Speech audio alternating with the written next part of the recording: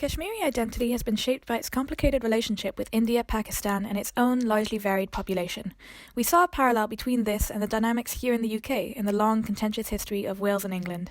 Indeed, both states hold a distinctive cultural identity from the country in which they were formally integrated against the desire of their populations, and continue, to varying degrees, to demand formal independence from India and the UK.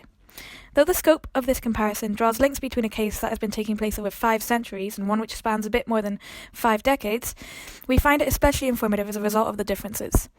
Both are at separate points in their political trajectory, as the case of Wales is much less contentious today due to the fact that Welsh identity is not seen as threatening by the UK government anymore, as it was granted a devolved parliament in the late 90s, but looking back at the history of the Welsh case gives an insightful template to look at present-day Kashmir.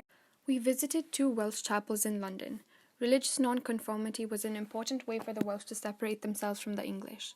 Though a distinct language and class-based solidarity are important aspects of Welsh identity today, the non-conformist movement of the 18th century saw the Welsh break away from the Church of England and assert their own denominations of Christianity. Religion also plays an interesting role in Kashmiri identity and the way it interacts with Indian identity.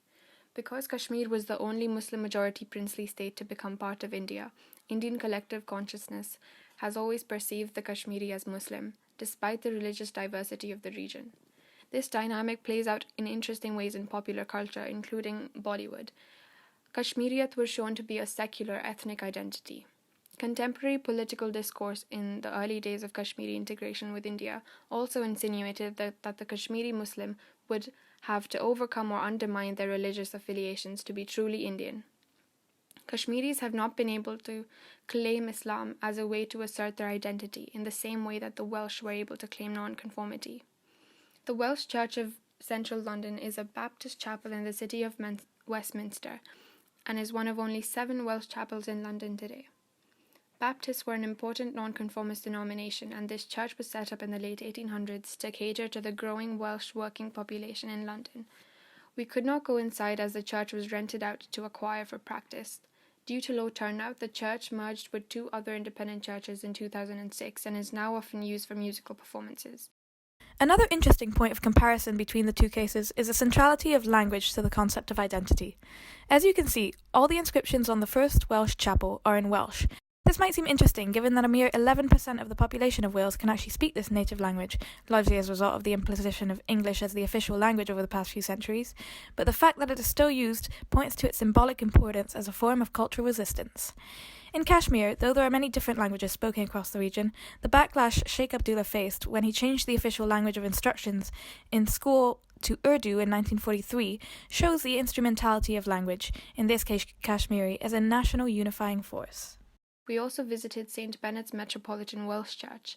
It is across the street from St. Paul's Cathedral, but its state and surroundings juxtapose very clearly with the tourist interest and bustle around the English church. We felt as if Welsh religious nonconformity lost its relevance as a means of identity formation because Welshness is not a threat to Englishness in the same way that Kashmiriyat and all that it means is a threat to Indianness today. But with the values of Welsh separatism today, the identity is less based in religion, as with the closing of Welsh chapels, many of them across London and England, with a focus instead on sports and rugby as seen by the London Welsh Centre and the activities they offer to their members.